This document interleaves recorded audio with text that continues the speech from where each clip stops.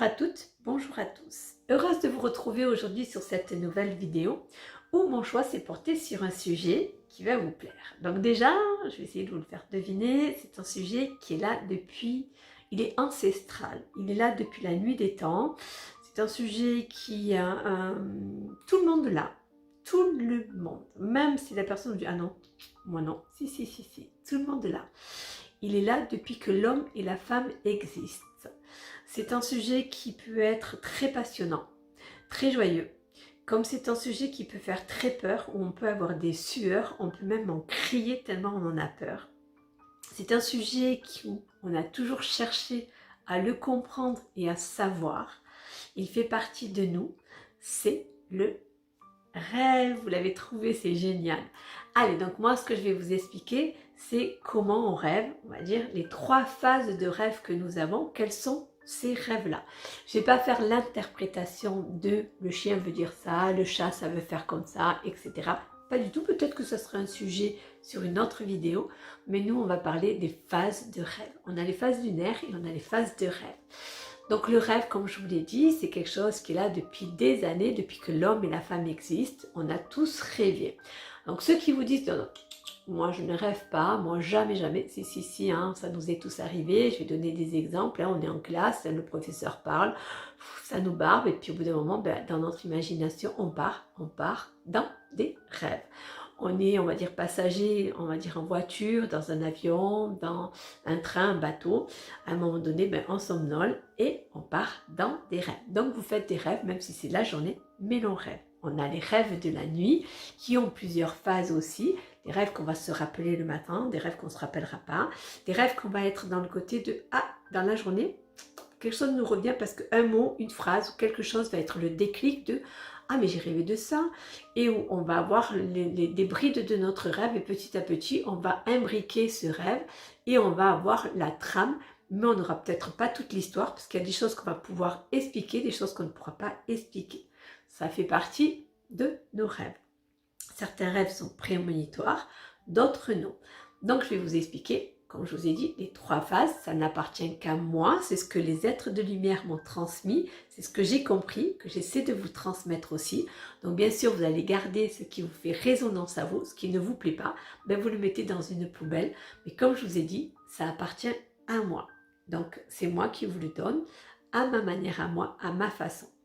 Nous faisons plusieurs rêves dans la nuit, donc certaines personnes vont avoir le rêve à 1h du matin, à 2h ou à 3h. Nous avons, on va dire, comme je vous ai dit, 3 phases de rêve, le bon rêve, le mauvais rêve et le rêve nul. Et je vais vous expliquer le bon rêve. Le bon rêve peut être un rêve prémonitoire, d'accord? Le rêve prémonitoire, il y en a 2. Nous avons le rêve prémonitoire où quand on va rêver, on va être dans la vraie réalité de ce qui va se passer. C'est-à-dire que par exemple, on va rêver d'une guerre, on va rêver que des gens se battent, on va rêver qu'il y a un événement important, quelque chose de beau ou de mauvais.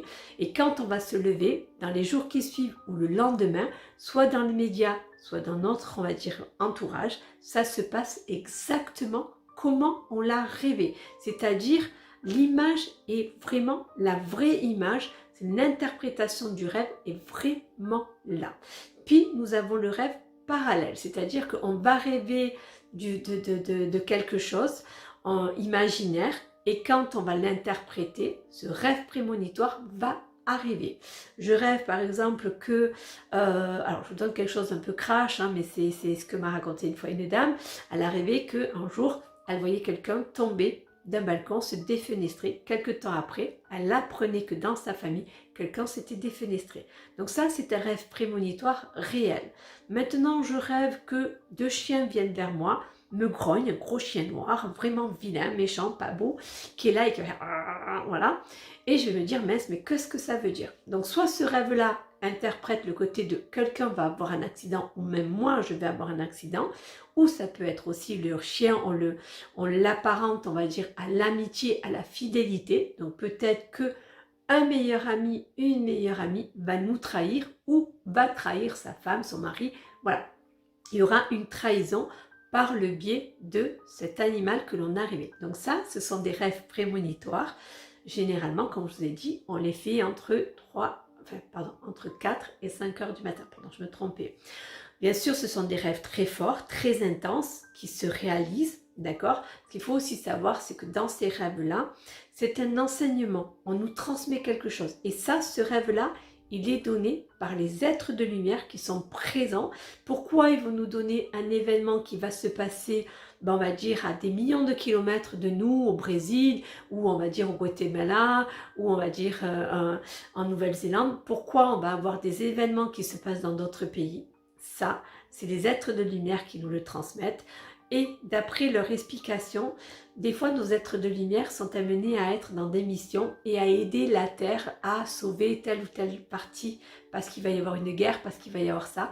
Et les hommes qui sont touchés, eux vont aller les récupérer, vont aider à les monter. Et comme ils sont liés à nous, ben on va avoir ce rêve prémonitoire. La plupart du temps, les rêves prémonitoires, c'est tout le monde qui les fait. Mais dans des rêves prémonitoires qui va se passer sur tel ou tel endroit, ce sont la plupart du temps, je dis bien la plupart du temps et pas tout le temps, parce que vous, même si vous êtes ou vous n'êtes pas médium ou que vous n'avez pas le ressenti du don, vous pouvez le faire. Mais c'est en gros les médiums qui ont, on va dire, cette forme de prémonition. Mais tout le monde peut l'avoir. Donc ce n'est pas, on va dire, les rêves prémonitoires ne sont pas des sciences exactes et jamais personne n'a réussi à prouver que. Mais quand on raconte quelque chose à des personnes et que ça arrive exactement comme on l'a rêvé, donc on peut apporter la preuve. Il y a 3 interprétations de rêve, hein, comme je vous dis, 3 formes de rêve.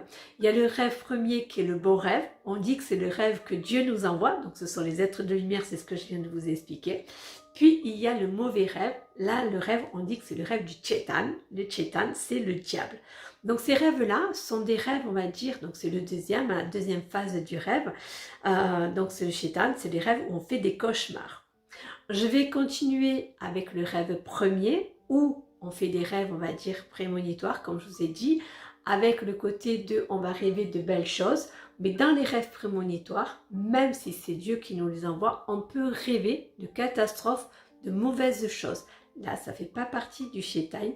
Ce sont des rêves, on va dire, qui va se passer sur la terre, des événements. Et c'est pour ça que c'est des êtres de lumière qui vous le transmettent. Donc, c'est des rêves de Dieu. On fait bien la différence entre le mauvais rêve, le rêve du diable, et le rêve prémonitoire, même si c'est une catastrophe. Maintenant, je vous explique le rêve du diable. On a tous à un moment donné rêvé qu'on était bloqué, qu'on n'arrivait pas à bouger, qu'on n'arrivait pas à crier et qu'on avait des fois des mauvaises âmes qui venaient à nous et qui nous bloquent, qui nous... Voilà, on est plosé comme ça, on n'arrive plus à parler, on n'arrive plus à crier, on veut essayer de bouger notre compagnon ou notre compagne en disant aide-moi, aide-moi, et on n'y arrive pas. Et on se met, pour les croyants, à prier, d'autres personnes à essayer de se dégager. Ça, c'est un mauvais rêve et c'est le rêve du diable. Nous faisons aussi des formes de cauchemars, comme par exemple, on va rêver de nos chers défunts qui vont arriver en colère, pas contents, méchants, nous disant des mauvaises choses et on va se dire mais qu'est-ce qui se passe? Pourquoi alors que telle personne m'a dit qu'il était dans la lumière, qu'il était en paix? Donc comme on nous dit dans une fameuse expression, le mal se cache derrière le visage des anges. Donc ben là, c'est peut-être le mal qui s'est caché derrière le visage d'un être cher est venu vous passer un message, on va dire sans être un message, dans le côté de « il n'est pas content ». Des fois, des personnes me disent « moi j'ai rêvé de ma meilleure amie qui est décédée, de mon frère, de ma mère, de mon père, qui sont venus me voir, me tendre la main et me demandant de les suivre et d'aller avec eux, de partir avec eux, de les rejoindre parce que de l'autre côté c'est beau. Soit de l'autre côté c'est beau, mais nos chers êtres qu'on aime, nos chers êtres, on va dire nos défunts, ne nous demandent jamais de les suivre. Jamais ils ne vous demanderont « venez avec moi » même si c'est beau de l'autre côté. Ça, c'est l'œuvre du mal qui veut vous amener dans le bas astral, dans les enfers, pour avoir votre âme. Donc, en aucun cas, même si vous rêvez de eux, ils se cachent derrière le visage des anges. D'accord? Donc, il n'est pas là pour vous faire du bien, il est là pour vous faire du mal, même si l'être que vous rêvez est quelqu'un que vous chérissez. Donc, cette personne-là, pourquoi elle prend ce visage-là? Ben parce que le mal sait que vous avez une attention, que vous avez de l'amour pour elle et que vous allez écouter ce qu'elle va vous dire. Sachez que cet être-là ne viendra, comme je vous ai dit, jamais vous chercher Pourquoi? Parce qu'il sait que vous avez une mission sur Terre, que vous avez quelque chose à faire et que ce n'est pas à lui de vous emporter dans la mort, ce n'est pas son œuvre. C'est nous, quand on est descendu, qu'on a décidé de quand on vivait, de quand on mourait. Peut-être qu'il y a d'autres circonstances qui fait que l'on va partir, mais en aucun cas, c'est l'être de lumière ou en aucun cas, vos êtres chers viendront vous voir. Des fois, on va faire des rêves où, bien comme je vous ai dit, le visage d'une personne que l'on aime va se mettre dans ce rêve-là, avec une situation prémonitoire ou pas. Comme on ne connaît pas le visage à qui ça va arriver, on va coller le visage d'une personne que l'on connaît, que l'on aime, pour montrer que, je vous explique vite, rapidement. Un jour, ma fille me raconte un rêve qu'elle a fait de son grand-père qui est décédé. Et elle me dit, maman, j'ai rêvé qu'il était sur un fauteuil roulant et qu'il me disait qu'il ne pouvait plus bouger. Et moi, je me dis, mais comment ça se fait, Pépé, que tu es comme ça, alors que tu n'es plus de notre monde. Tu ne fais plus partie de la Terre, tu es dans l'autre monde. Et il lui disait, je suis pas bien, je suis pas bien. Quelque temps après, elle a un ami qui l'appelle en lui disant, écoute, je fais le trajet pour venir te voir, je fais du blablacar, je fais plein de choses, je vais arriver très tard, mais je viens chez toi. Elle lui dit, écoute, quand tu seras là, je ne serai pas encore à la maison, attends-moi, j'arrive. Donc bien sûr, il est arrivé à l'heure dite, elle n'était pas encore arrivée, il appelle en lui disant « Je repars de suite, je suis obligée de repartir très très vite ». Elle lui dit « Mais pourquoi tu ne peux pas m'attendre ?» Il lui dit « Non, je viens d'apprendre que mon grand-père a fait un AVC et je suis obligée de repartir ». Le rêve qu'a fait ma fille était le rêve de son ami, de son meilleur pote, qui était le côté de « Elle ne connaît pas le grand-père ». Donc elle a collé le visage de son grand-père qu'elle connaissait, et c'est lui aussi qui est venu lui porter ce message-là.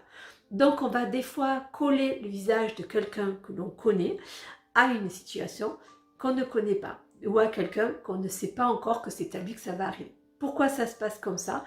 En fait, les êtres de lumière, pour qu'on puisse être dans le rêve et que ça nous percute, vont nous mettre un visage que l'on connaît, ou parce que l'être, on va dire le défunt, a envie de vous passer le message, donc il va garder son visage. Donc ça, c'est le rêve, on va dire, qui peut être un cauchemar, qui peut être un mauvais rêve comme un bon rêve, mais qui ne fait pas partie du shaitan. Donc le mauvais rêve, c'est aussi les cauchemars que vous allez faire, où vous allez vous réveiller dans la nuit, on va dire en transe, parce que vous avez rêvé de quelque chose de pas bon. Il y a aussi le rêve où on rêve que des fois que l'on chute, et qu'on se réveille d'un coup. Donc moi je dis que ce rêve-là, c'est nos êtres de lumière qui nous amènent, on va dire, dans un voyage astral. On part, donc ils vont nous laisser dans le vide de nos rêves. Notre cœur, en fait, du fait que notre âme n'est plus là, notre cœur va descendre, descendre, descendre, descendre et se retrouver, on va dire, à un battement tellement bas que quand l'âme va revenir dans le corps, le cœur va se remettre à battre d'un coup, ce que nous va nous donner la sensation de vide et de chute. Et là, on va se réveiller avec le côté de voilà. Donc là, ce n'est pas un rêve de shaitan, c'est pas un rêve de mal, c'est un rêve, on va dire, du bien. Mais notre cœur est tellement descendu, ne vous inquiétez pas, on n'en meurt pas quand on part dans un voyage astral parce qu'on a toujours nos petits anges qui sont autour de notre corps et qui font en sorte qu'on reste vivant.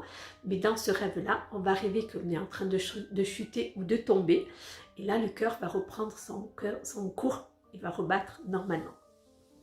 Et nous avons le fameux rêve nul. Alors le rêve nul, c'est le fameux rêve où on va se dire « Mais j'ai rêvé que j'étais dans telle maison, mais c'était pas ma maison, mais c'était la maison où j'ai grandi, mais elle ne ressemblait pas à la maison que j'ai grandi. » Puis il y avait une personne qui avait un œil vert puis un œil bleu et puis qui m'a dit des choses, mais je me rappelle plus ce qu'il m'a dit. Mais voilà, donc ça c'est des rêves nuls qui ne veulent rien dire, ce sont des rêves qui ne sont pas du tout prémonitoires, mais c'est que notre cerveau et notre tête a besoin de dégager.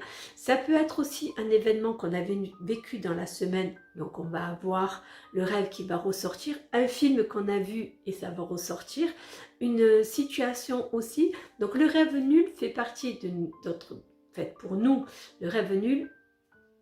Donc le rêve nul fait partie d'un état que l'on est, donc notre état émotionnel, d'une situation que l'on aura vécue, d'un choc qu'on a pu avoir, ou on va dire d'un moment où on est en dépression, on n'est pas bien, et ça va ressortir dans nos rêves.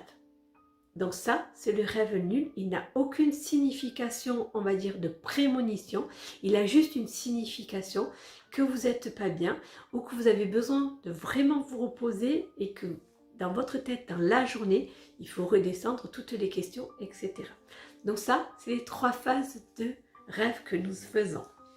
J'espère que mes explications vous ont convenu, vous ont plu. Donc sachez que nous avons 3 rêves. Le bon rêve, donc le rêve de Dieu.